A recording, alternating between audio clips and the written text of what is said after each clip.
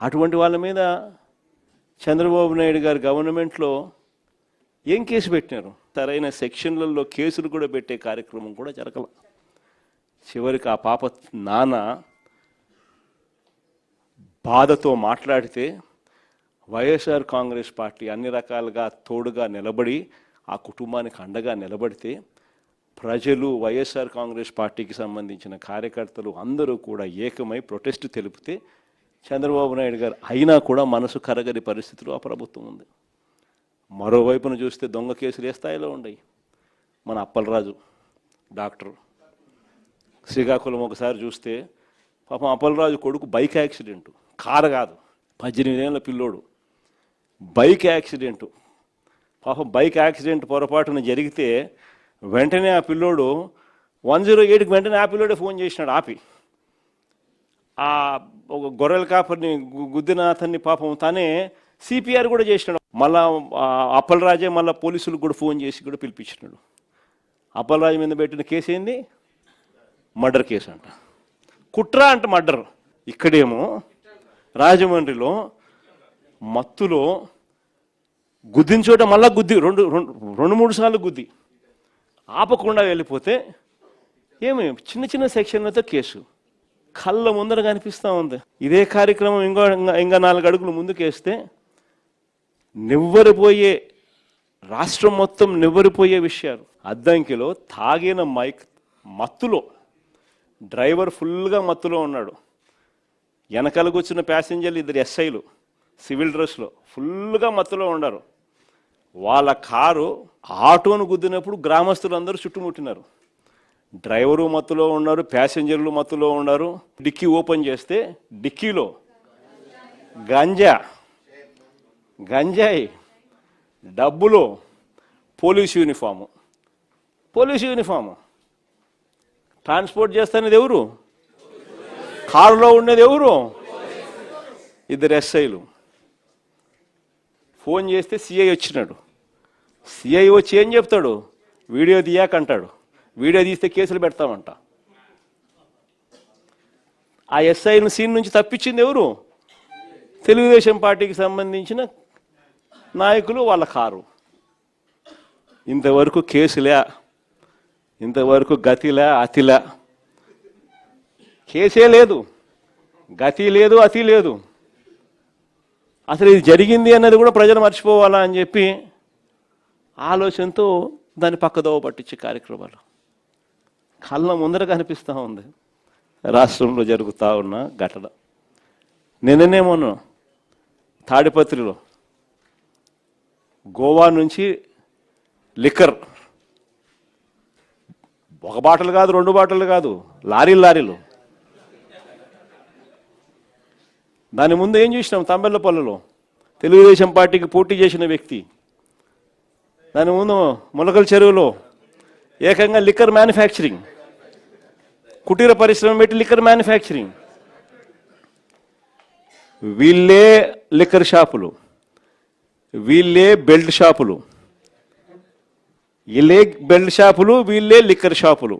Distribution మొత్తం వీళ్ళే. ప్రతి 5 బాటళ్లలో 1 బాటలు కల్తీ బాటలు.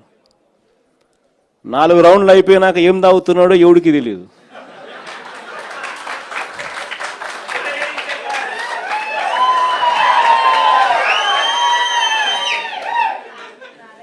లిక్కర్ షాప్ పక్కనే పర్మిట్ రూము,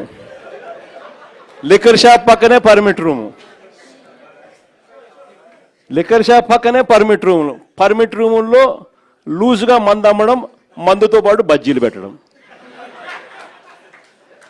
4వ రౌండ్ తర్వాత వాడు ఏం పోస్తున్నాడో వీళ్ళకు తెలియదు, పోసేవానికి తెలియదు. ప్రతి 5 బాటల్లో 1 బాటలు కల్తీ బాటలు, ఎంఆర్పి కన్నా ఎక్కువ రేటు. ఈరోజు రాష్ట్రంలో ఏం కనపడతా ఉందనంటే, ఈరోజు మట్టి mafia, liquor mafia, sand mafia, అధిక ధరలకు పీపీఏలు, ప్రభుత్వ ఆస్తులను పప్పులకు బెల్లాలకు అమ్మడం, పోర్టులు అమ్మడం, మెడికల్ కాలేజీలు అమ్మడం, విలువైన ప్రభుత్వ భూములను ఇష్టం వచ్చినట్టుగా ఇలా కావలసిన వ్యక్తులకు శనిక్కాయలకు, బెల్లాలకు, ₹1 రూపాయికి ఇచ్చేసేయడం.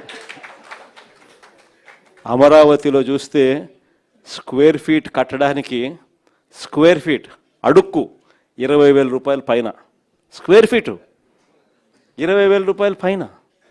అదే హైదరాబాద్లోనూ, బెంగళూరులోనూ, చెన్నైలోనూ 5 స్టార్ సదుపాయాలతో ఉన్న రెసిడెన్షియల్ కాంప్లెక్స్ అపార్ట్మెంట్ కట్టాలన్నా 4,500 రూపాయలు, మహా అయితే 5,000 కట్టడానికి అయ్యే ఖర్చు. ఈడ అమరావతిలో ఇసుక ఫ్రీ, రాయితీలు, 20,000 రూపాయలు కాస్ట్ ఆఫ్ కన్స్ట్రక్షన్. అంటే లూటీ అన్నది ఏ స్థాయిలో జరుగుతుందని చెప్పడానికి ఇవన్నీ కూడా ఎగ్జాంపుల్స్. ఇవి కాకేమంటున్నాడు ఇప్పుడు కొత్తగా పీపీపీ పేరుతో దోచేయడం అంట. ఏందంట, హాస్పిటల్ అంట పీపీపీ అంట, త్రాగునీరంట పీపీపీ అంట, ఆర్టీసీ అంట పీపీపీ అంట, చెత్త ఎత్తడం కూడా ఇక మీదట ప్రైవేట్ వాళ్ళకే అంట. అంటే ఇంక అన్ని ప్రైవేట్ వాళ్ళకంట.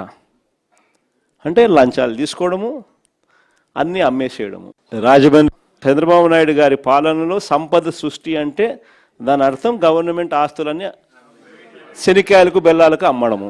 రైతుల గురించి కనీసం పట్టించుకునే నాతులు లేడు. ఈరోజు రాష్ట్రంలో కరువు వచ్చింది, 53% వర్షం లోటు కనిపిస్తూ ఉంది. ఎక్కడ చూసినా అదే కనిపిస్తూ ఉంది. ఉత్తరాంధ్ర చూసినా అంతే, సెంట్రల్ ఆంధ్ర చూసినా అంతే, రాయలసీమ చూసినా అంతే, ఎక్కడ చూసినా కూడా ఇదే కనిపిస్తూ ఉంది. ఏ రైతులకు గిట్టుబాటు ధర రాని పరిస్థితి. కనీసం ఈ మాదిరిగా లోటు వర్షపాతం నమోదవుతూ ఉన్నా కూడా ఎక్కడా కూడా ఆల్టర్నేట్ విత్తనాలు ఇచ్చిన పరిస్థితి లేదు. ఉచిత పంటల బీమా ఈయన దగ్గరుండి తీసేసినాడు. ఇన్పుట్ సబ్సిడీ సమయానికే ఇచ్చే ఇన్పుట్ సబ్సిడీ మన ప్రభుత్వ హయాంలోనే సీజన్ ముగిసేలోగానే ఇచ్చే ఇన్పుట్ సబ్సిడీ తీసేసినాడు. ఆర్బీకేలు నిర్వీర్యం, ఈ క్రాప్ నిర్వీర్యం, రైతులకు 0 వడ్డీ పథకం 0. చివరికి ఏ స్థాయిలో వీళ్ళకు ప్లానింగ్ అనేది లేకుండా చేస్తూ ఉన్నారనంటే, శ్రీశైలంలో ఎఫ్ఆర్ఎల్ ఫుల్ రిజర్వాయర్ లెవెల్ 878 అడుగులు పైన ఉంటేనే నువ్వు పోతిరెడ్డిపాడు ద్వారా రాయలసీమకు నీళ్ళు ఇవ్వగలుగుతావు, ఫుల్ డిశ్చార్జ్ డ్రా చేయగలుగుతాం 44,000 క్యూసెక్స్. 878 అడుగులు శ్రీశైలంలో ఉంది, కానీ రాయలసీమకు నీళ్ళు ఇవ్వడంలా. పక్కన తెలంగాణ పవర్ హౌస్లో నుంచి power generation, Andhra power generation. Telangana వాళ్ళు 800 అడుగుల్లో నుంచి పంపు కూడా చేస్తున్నారు నీళ్ళు, భీమా, నెట్టంపాడు, కోయిల్ సాగర్. రాయలసీమకు మాత్రం నీళ్ళు ఇవ్వడంలా. 878 అడుగుల నుంచి వీళ్ళు లెఫ్ట్ రైట్ సెంటర్ కిందికి నీళ్ళు కొడతా ఉంటే, ఆ నీళ్లు 878 అడుగుల నుంచి కిందికి వచ్చేస్తే ఆ తర్వాత నువ్వు ఎలాగో రాయలసీమకు నీళ్ళు ఇవ్వలేవు, ఇవ్వాలనుకున్నా ఇవ్వలేవు. ఎందుకంటే ఆ లెవెల్ ఉంటేనే నీళ్ళు ఇవ్వగలుగుతాం.